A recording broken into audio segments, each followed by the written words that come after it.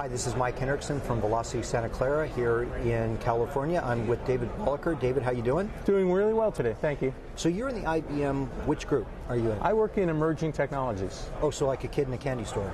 I actually am a kid in the candy store. It's exactly right. I have many things I've done in my lifetime in IBM, and most of the time I've actually spent in emerging tech. From everything from Java, which was really a kid in the candy store, worrying about do you want to have a gizmo or do you want to have a back-end server, to basically working on Watson, to basically what I'm doing now, which is part of my time I do work in Spark, part of the time I actually do Bluemix, and we're here actually showing Bluemix. Okay, so in emerging technology, you guys, like you said, you get to do a lot of different things. So what are some of the things you're going to be doing with Watson from your group? Because I think that's a really interesting... A lot of the Watson stuff now is driven from the Watson division, and we use it. Like, for example, they acquired a company called Alchemy, and we're actually using a lot of the Alchemy APIs. Actually, just before I walked to the booth here, I was actually playing with a lot of the visual recognition APIs. And it was really cool to see how correct it could be, with 90% thought. Is that app on Facebook that looks at your picture and puts your age? It's from IBM. No. That's not. I tried that one. That one really terrible. That's an IBM app, though. Yeah, I know. Okay, that's not a Watson thing. I don't think so. No. Okay. No. Okay. No, that's kind of funny though. So, what are you guys working on in the Velocity space, in the performance and the Bluemix area? Yeah, in the Bluemix, we actually inside Bluemix, there's actually a whole bunch of services. Some of the services actually come from like Blaze Meter. Yeah. Okay, and we actually put them into the platform. New Relic is on the platform. We have actually everyone's services on the platform. You pick and choose what you like. As also we also have our own that we worry about, your performance as well as the performance of the underlying systems. So when you look at all the different pieces here, it's more of a smorgasbord approach. What makes sense, as well as what's actually cost efficient for all sides. So Bluemix is a customizable framework for a different industry. It could be a different set of components. So Bluemix is as you say, unto yourself. You can make it whatever you like. And really, when you look at Bluemix, it's really a platform as a service based on top of Cloud Foundry, which actually, when you actually look at what we built up, the difference from, let's say, base Cloud Foundry to what we have is the user interface. We do different loading, auto scaling, as well as the catalog. The whole concept of I want to make as many services available in the catalog so that you can actually put the apps together as fast as you can. And really the whole idea of Bluemix was how quick can the developer develop something, stage it, and actually get it out, that it's usable in production. So it's all about time to value. So what kind of companies are Bluemix type companies that you're seeing? Are there any industry segments that are different and gravitating towards this quicker, or is it across the board? Well, it's across the board. So I actually am coming from a long trip in Asia. And when you looked at a lot of the companies, it was some of them were in financial, some of them were actually in automotive, some of them actually were in what I'll call in customer service. When I look at some of the ones that are what I'll call core customers now that we're working with, banks, insurance companies, commerce companies, it's kind of a smorgasbord of a lot of companies. It's all the folks that actually have on-prem, and we're looking at how can I actually do something faster. Some of the events are actually driven from the marketing side, from the CMOs. Some of them are actually driven through the IT side. But all of them basically have one common thread here is I want to get something done much, much faster, and I want to do it, of course, at a much lower price. Okay, so let's take a step back to where we first started. Emerging technology. Sounds like a great gig to me. Come on over. But so what's on your radar that's emerging that needs to be addressed, that there aren't really great solutions right at this time? So I would say right now, besides Bluemix stuff that we're working on, we're doing a lot of work in Bluemix about voice and command and control. Like when we were actually software architecture, you saw the sphero ball that we were controlling with voice. Well, we actually are now doing it with drones. Oh, interesting. Okay. Voice commanded drones? Voice command, yes. Or visual command, ooh. Actually, that's actually where we want to go, yeah. is follow me. My site, yeah. Exactly. Yeah. Wow. So we're on the path to getting this done. We were almost there for this. We actually tested it in the hotel, and what was going on in the hotel was we ended up with drift. So we actually could bring it up and do whatever we wanted, quote-unquote follow me scenario for a short amount of time for safety's sake. But, we had too much what I'll call drift. So we have to figure out those pieces of it. But the voice and command and control is really where everything's going now. You think about it from cars. Yeah. Clearly cars Perfect. are there. You're supposed to drive. You're not supposed to be futzing with your phone. Okay. When you actually look at the other things we're doing in emerging tech, we've been working actually with Apache Spark. So Spark is an analytics platform where it has a single programming model that does both static and what I'll call real-time. And you can actually combine the two, so temporally you can actually look at what's changing in the data. And we actually built a tool called Nitro. Matter of fact, we actually showed it in Strata Hadoop in London a couple of weeks ago, and we'll show it again at some other conferences. But this actually is looking at it from the endpoint of yourself. A line of business user. I just want to somehow figure out, I've got a problem, a business problem, how am I going to solve it?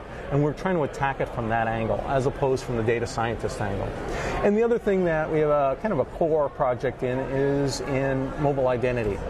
So when you look at Google Pay, you look at Apple Pay, it's all about paying. It's not about the identity of the person paying. So we actually have a big project in this. So if someone has my phone, they may not be able to pay unless they're identified that is as their really phone. you. So it's not only the biometric side, there are people who basically want to, let's say, take over your credentials and then do things. Yeah. Well, we actually have software that actually will kind of figure that all out.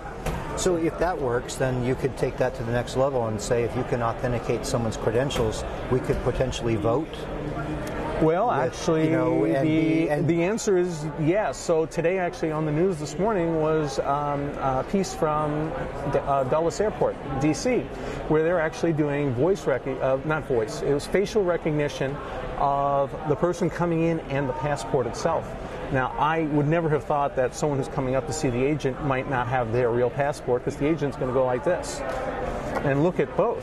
But clearly this is now a huge problem here with fraudulent documentation. Well, in 10 years of a passport, you change in 10. We all know we change in 10 years. Not me, I get younger. What are you saying?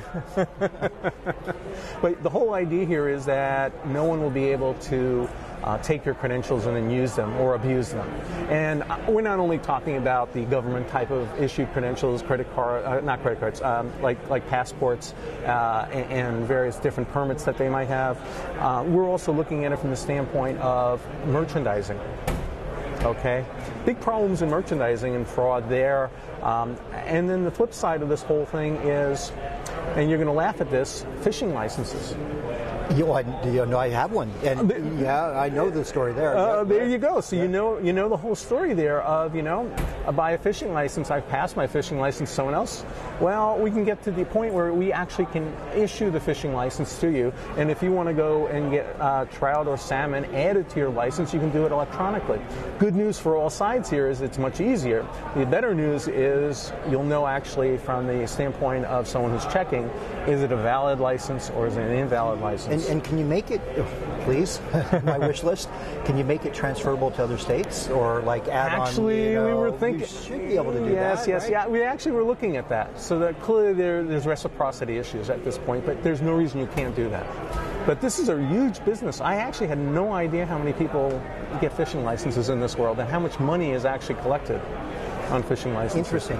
So if you fast forward, and I always ask this, I asked Rod in London a couple weeks ago, if you fast forward 12 months, what would David Boloker like to be working on 12 months from now? What would you like to see really come into fruition? 12 months from today, I actually would like to be 100% focused on next generation analytics. Really, I was looking at it from the standpoint not only to looking at the data itself in a temporal manner, but actually looking at the predictive side of this. What can I predict? What are the algorithms? How much machine learning can I do? One of the interesting things is that, there was a report by someone from Bloomberg. There are 2,500 companies today working on machine learning. Well, wouldn't it be interesting to take all of that information and actually start looking across all the different verticals? How can we actually match this so that we actually can make some huge strides where I've got to tell you, things have been kind of stale in the last 5 to 10 years in this space. I would love to see that analytics level work with something like what SOSTA has announced here this week, the dock, where you have this room that, and I would like to take it a step further, and maybe it's the Microsoft HoloLens, where you could grab from your iPad and throw your thing on the wall, and you could then do your surrounds and all the analytics underneath it. Maybe that is a little bit futuristic, but we're not that far off, are we? No, I don't think we're that far off. Actually, I had a customer I spoke to yesterday, and they're interested in parking systems. Now, this is, drag you could think of, but not to basically students in university and professors. And I actually started researching, and there's some really cool things going on in this space, like machines that come in and take up your car and move it somewhere else. And when you're supposed to come back, they move the car back, and they free the spots up because we're actually automated valet or something. This makes valet as a really an interesting perspective, you know. Yeah. But these are the systems that you can actually analyze patterns in the data, and then actually you can move forward. I mean, we're working with another customer, this one's in Australia, that their business is kind of flattening out. And the question is, why is it flattening out?